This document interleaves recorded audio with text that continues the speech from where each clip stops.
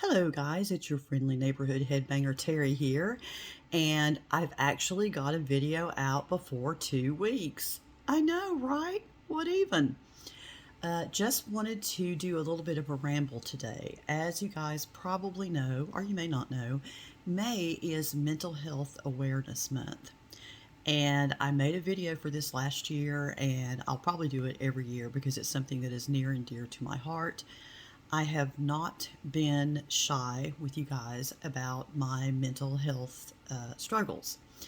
I am currently diagnosed with major depressive disorder, bipolar 2 disorder, and an eating disorder which has gone from bulimia to binge eating disorder. And so I am dealing with all those things. I do see a medical professional. I see my primary care physician, and I also see a psychiatric nurse practitioner. I am on medication for my diagnoses, and I'm also on medication for physical ailments. So don't think that I'm trying to tell you that medication for mental illness can also cure your physical illnesses. That's not true. I mean, it could help to some degree. If you get your anxiety under control, it could help your blood pressure. But if you're predispositioned to high blood pressure, then you're probably going to need a blood pressure medication to help with that. But these are all things that I'm very passionate about: getting help, recognizing mental illnesses, getting help for mental illnesses, and no stigma in taking medication for mental illnesses, because some people just need that. People who have bouts of depression that are situational, that can be sourced back to a specific event, it might very well be that they don't need medication or they don't need it for very long. And if that's the case, then fantastic. Good on you. I think that's a great thing. I'm happy for you. It is not the case with me. I have something called TRD, which is treatment resistant depression, which means that a medication will work for me for a while and then it won't. Now, most of the ones that work for me and work for me for a while are SSRIs, and these are serotonin reuptake inhibitors. And I know I said that wrong. Anyway, things like Prozac, Zoloft, that type thing. And they have worked very well for me. And I have been on them for years. I've tried to go off of them. It did not work well for me. When they stop working, I've learned to recognize the signs. I go to my doctor and we try something different. And if I get to the point where no medication works for me anymore, I have said that I will consider basically what is electric shock treatment. And I am not ashamed of that because I want to be well for my family. And I don't want you to be ashamed of reaching out and getting the help that you need if you need it. I want you to go to the doctor, and I want you to reach out, and I want you to say, I am worth it. I'm worth more than anything anyone might say to me. And I'm talking to you Christians right now, especially because in the church, I know that I read a book once in my master's studies, Why Do Christians Shoot Their Wounded? And basically it was, why do Christians either just straight up tell people or make it appear that your mental health is somehow related to your spirituality? That if you suffer from depression, you're not praying hard enough and you're not glorifying God enough, or if you suffer from some sort of more severe mental disorder like schizophrenia or bipolar with hallucinations, that you are obsessed by some evil spirit and you just need to get it prayed out of you. No, there are pharmaceuticals that work extremely well for schizophrenia. They work extremely well for bipolar disorder. They help manage the symptoms of those, which are not caused by demons. I can't even believe I had to say that. Anyway, moving on. So I just want to take the stigma out of both mental illness, talking about mental illness, and I just want to talk to you as a regular person who goes about their regular daily life. I mean, I don't go through my entire day going, how's my major depressive disorder doing? Do I feel manic? Do I want to eat everything that doesn't have a soul?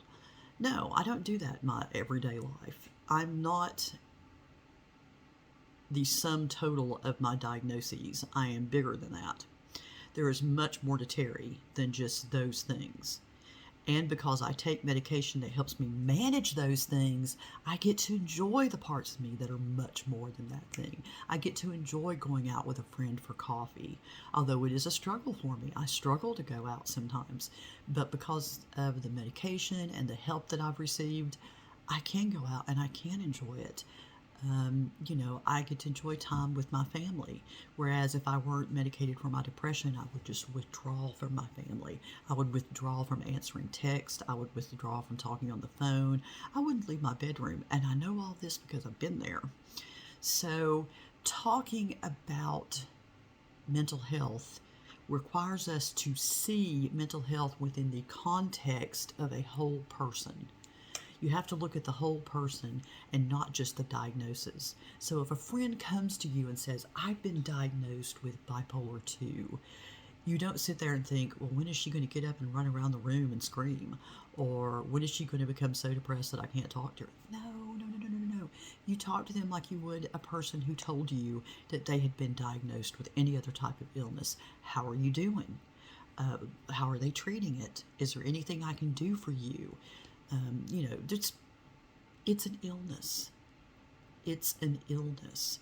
Mental health care or mental health care is health care. There's no differentiation between I seek help for my blood pressure and I seek help for my depression. Both of them might need medication, and both of them are illnesses that could limit you enjoying your life to the fullest. And it's really time that we start talking about that. Now, one of the things that is really near and dear to my heart is mental health for the young, for kids and for adolescents, which I think we have ignored a lot up until this point. But I think we are starting to have to look at it, particularly in the some of the crimes that have been committed by young people, some of the specifically school shootings, and some of the signs that they left behind that weren't caught in time that showed that they were struggling big time mentally. Now, I don't want this video to devolve into a gun issue. That's not what I want to talk about here. That's a whole nother thing, and I don't want to get political here. What I want to talk about is the fact that most of the young people that were found guilty of these types of crimes had some sort of mental illness that was making itself known and was either missed or ignored. Guys, I know that the teenage years are just fraught with drama, all kinds of drama. Like, do I have the right dress? Do I have the right... But teenage years can also be the beginning of mental illnesses, serious mental illnesses. Not, I don't have a new dress to wear to the dance, or not, my boyfriend was looking kind of ha ha ha at my best friend, and what do I do about that? These are serious mental illnesses where we have kids who are withdrawing, where we have kids who are writing and saying scary things on social media and in journals. And we need to not write this off as just teenage drama. We need to be very serious about this and look at this and say, where is this coming from? What is happening right now? Do I need to be concerned? And if your kid is talking about anything about self-harm or harming someone else, you need to be concerned. You cannot afford to think that that is a joke. That needs to be addressed. And also realize that your children are very resilient in how they react to things. There might be a smile and a laugh and, oh, it's no big deal, but that may not necessarily be the case. And that's why if you think there's more going on than your child is going to talk to you about, you should try seeking out someone for them to talk to. And you need to be ready to understand how counseling works. Counseling is based very much on privacy. Their counselor is not going to talk to you about anything that doesn't involve them harming themselves or someone else. If there are other things going on, that's very likely should be private between the counselor and your child, and you're just going to have to accept that and let this child have someone to speak to where there's no emotional baggage. And that's why you don't counsel your own child.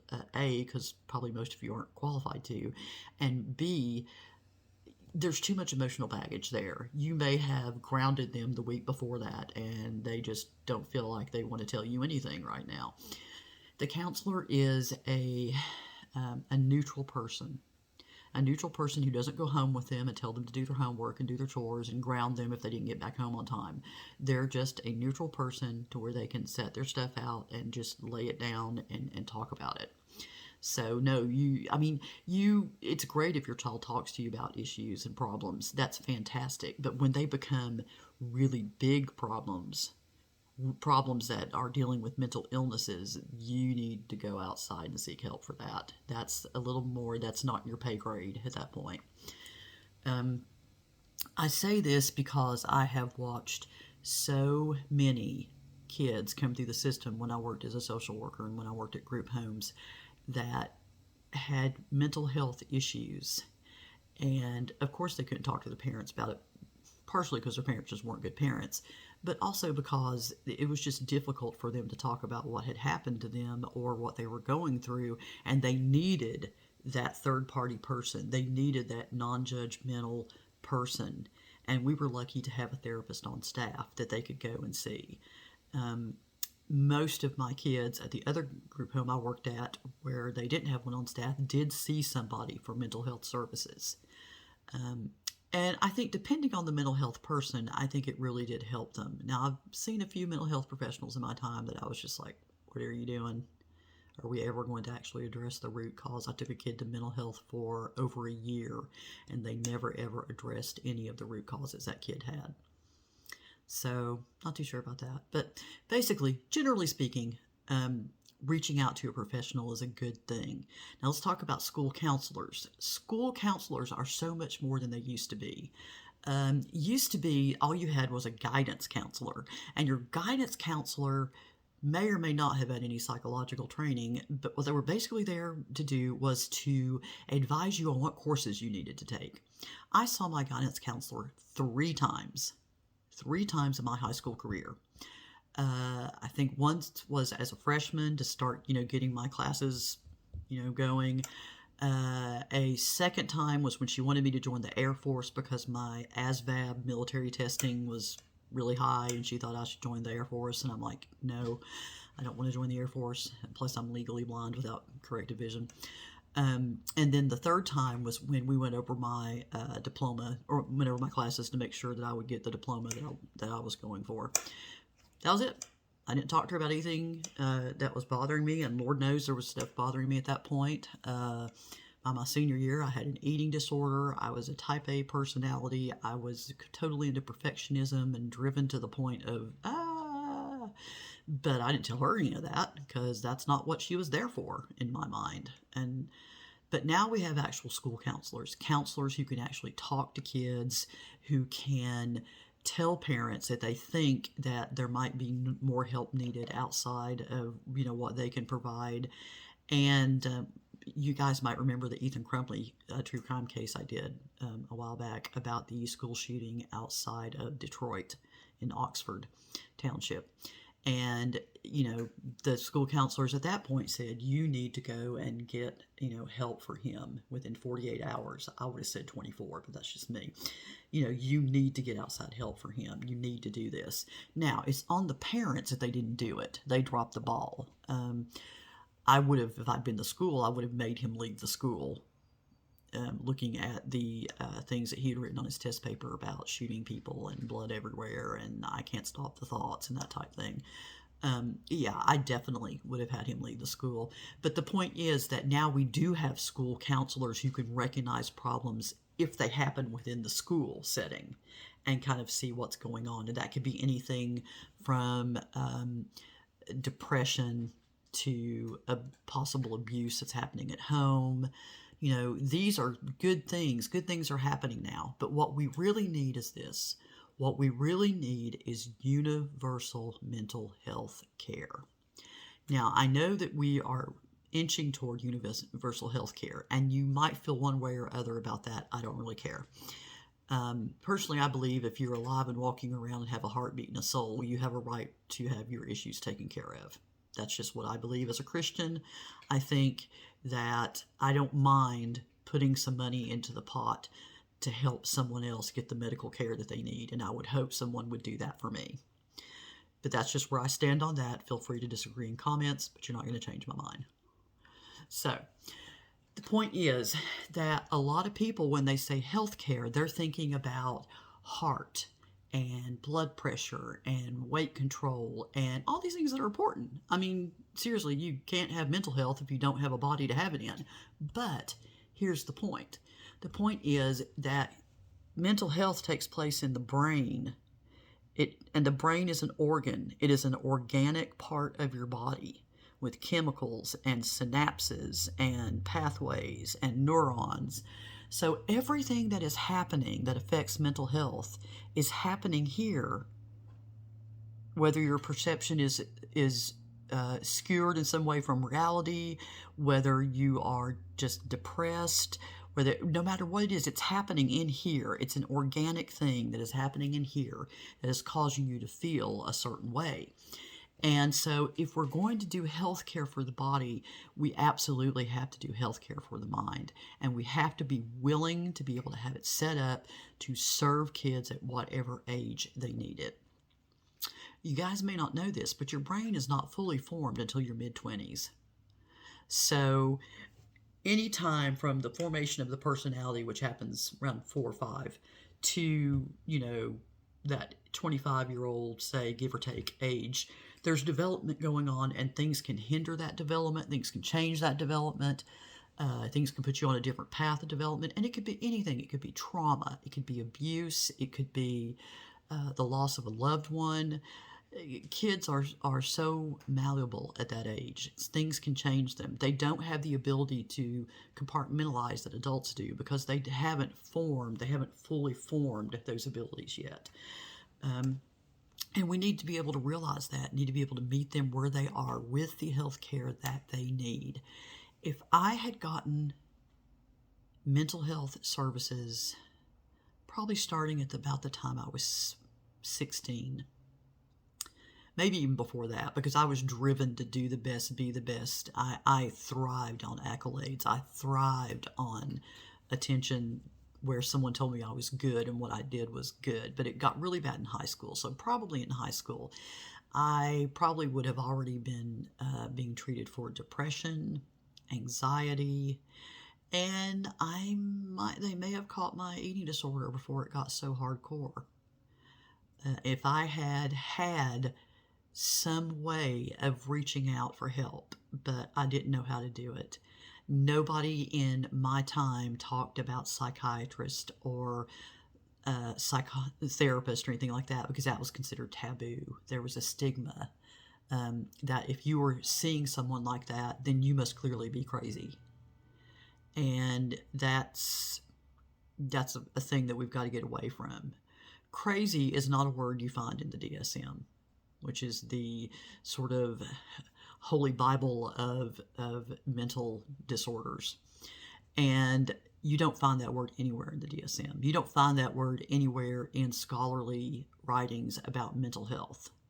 Crazy is a word that we have come up with to talk about a break from reality. And we use it even with things that don't break from reality. Depression is not a break from reality. It's a skewed perception of reality, but it's not a break from reality, not like a psychotic break. So, yeah, you don't see the word crazy in anything scholarly. It is a layman's term. Gosh, that probably gives it any more credence than it should have. It's a word we've come up with for behavior not in the norm that we don't understand. That's basically what it is. But when I was young, when I was 15, 16 years old, people did not get mental health services. And if they did, it was very hush-hush. Nobody talked about it. So I did not get any mental health services from my school because that's not what my guidance counselor did. And I wasn't going to tell her anyway because I didn't want her to refer me to anyone. Oh my gosh, you got to be kidding me. I lied about my weight loss to my primary care physician. I told them that I was anxious about taking my SATs and my ACTs and getting into my school of choice, and that I'd be fine once, everything settled down. No one, no one thought about referring me to a specialist until years later, until about the time I was 20, and then I got referred to a psychiatrist. And it was so hush hush. We didn't talk about it. I didn't talk about it to anybody. My mom and dad didn't talk about it to anybody. And when I got referred from there to the hospital, when I got hospitalized for my eating disorder, oh my gosh, no one talked about that. Are you kidding me? I was in the crazy house. I was in the nut house. I was in with the crazy people. No, we don't talk about that. The fact of the matter is that probably saved my life. I hated it there. I'm going to be honest with you. I hated it there. I'll also be honest in telling you that they did not treat my eating disorder in any real comprehensive way because it was too new back then. Nobody knew what bulimia was, and there was no real good way of treating it. No one treated it as an addiction or a addicting behavior, and that's really part of what needs to happen. They just treated me for depression. That in itself was good. I was depressed. I needed help with depression. So in that sense, it probably did save my life. It was the first time I got on an antidepressant and felt kind of human again. So that was a good thing. But my real heart is for kids and mental health, because I know if I had been helped earlier, I might have been spared a lot of pain that happened later on in my life. If some of these children who have gone out and done what we think are unthinkable things and unspeakable things, if they could have been helped, maybe, and I'm not saying for sure, nobody knows for sure, I can't make a guarantee like that, but maybe things would have been better. Now, the last thing that I want to talk about, because this was mentioned, somebody wanted me to talk about this, is mental health of people who have chronic disorders, invisible illnesses, if you will. Things like lupus, MS, Hashimoto's disease, fibromyalgia, chronic fatigue syndrome, and I'm sure you guys can name more. That's off the top of my head. But the kind of illnesses that you don't look sick to the outside. I don't look sick to the outside.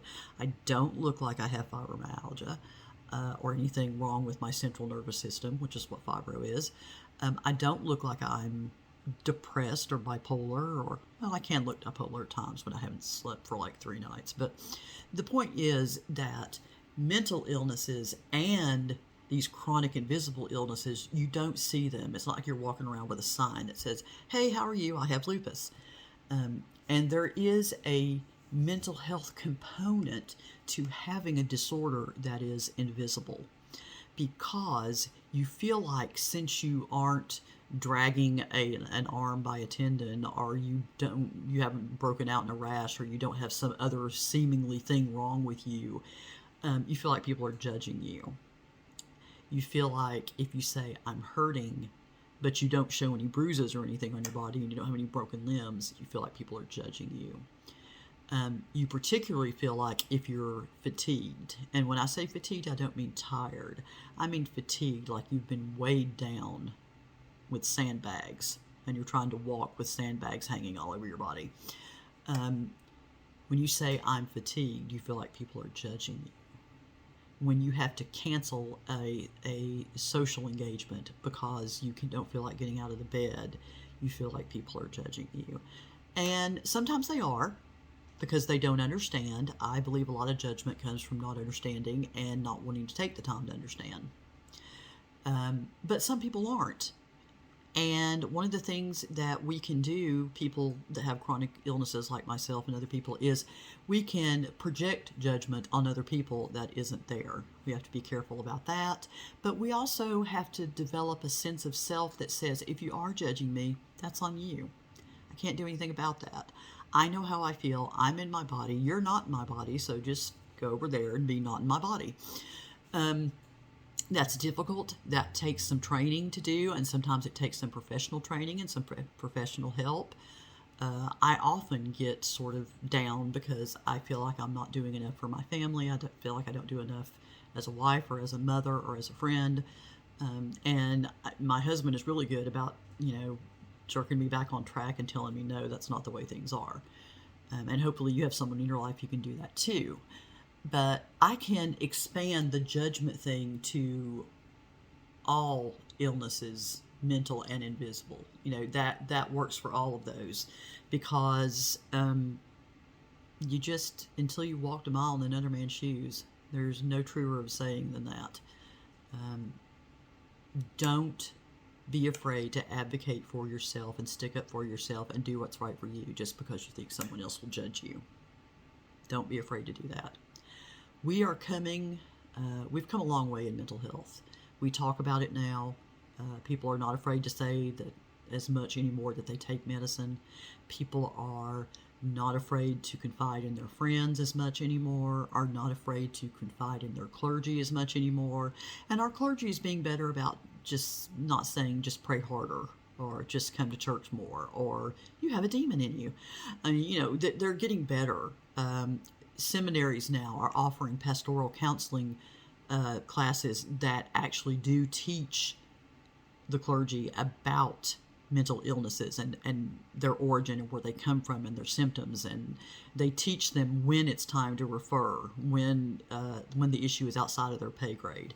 And referring is a very important part of counseling. It's absolutely there's no room for ego in counseling. When you're out of your depth, you absolutely have to refer. So this has been rambly, which I guess is why it's called a ramble. But I hope that you guys have taken something away from it. For those of you who are dealing with a mental illness, first of all, let me say I salute you for marching on.